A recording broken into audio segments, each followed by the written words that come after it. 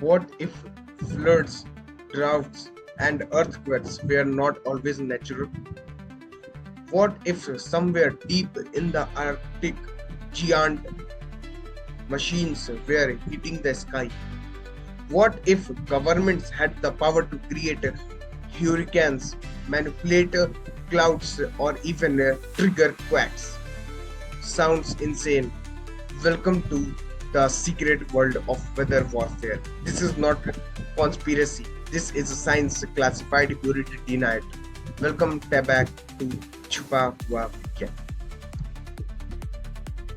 Coming to part 1, cloud seeding, controlling rain since the 1940s. The ability to control rain is not new. In fact, it began in the 1940s. The process, cloud seeding, spraying particles like silver iodide into clouds to make them rain. Countries like the US, China, and Russia have openly admitted using this during the droughts, wars, and even major events. 2008 Beijing Olympics, China seeded clouds to clear the skies. US in Vietnam War, Project Poppy used cloud seeding to flood enemy trails. If we could make rain 80 years ago, what can we do now? Part 2, HAARP, the most mysterious facility on Earth. In a frozen corner of Alaska, here sits HAARP, the High Frequency Active Auroral Research Program. I repeat, HAARP, the High Frequency Active Auroral Research Program. Officially, it's a scientific research center. Unofficially, it's the center of global weather manipulation theories.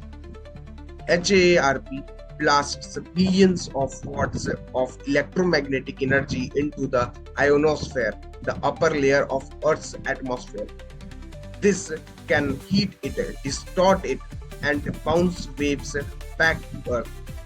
Many scientists believe this is used for radar enhancement, communication with submarines, but possibly even weather engineering. Could this tech push storms, guide hurricanes, create artificial auroras, or artificial disasters? Moving to part 3, earthquakes, hurricanes, and the suspicious patterns. In 2010, Haiti was hit by a catastrophic earthquake. Just days before, strange light flashes were reported in the sky. Some believe it was a sign of ionospheric disturbance. In 2004, the Indian Ocean was tsunami killed 230,000 people. Weeks prior, secret underwater tests were happening in the area. Coincidence or signs of geoengineering? Whistleblowers from military backgrounds have hinted that weather is now a battlefield, not just with missiles, but with hurricanes, droughts, and storms. Even the US Air Force released a 1996 document titled Weather as a Force Multiplier, owning the weather in 2025. That's not a movie title, that's an official plan. Moving to part 4, the science of denial. Governments say HAARP is harmless, that cloud seeding is safe, that earthquakes are natural.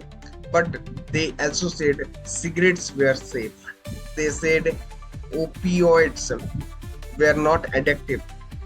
Whenever too much profit or too much power is at stake, science is silenced.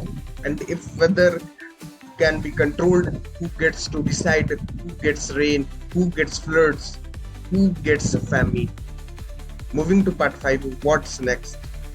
Imagine a world where countries hold weather weapons, where storms can target cities, where heat waves can crush economies. Not science fiction, but possibly the next world war fought silently, invisibly through the skies. And if technology exists that can manipulate nature itself? Do not we deserve to know? Do not we have the right to ask? Who control the weather, and why is this science being hidden from the public?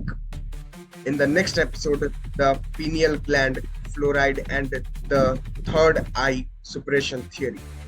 Is your consciousness being chemically numbed? Is the Asian third eye real and under attack? Subscribe now because this is Chupa Hua Vigyan, the hidden science they never taught you.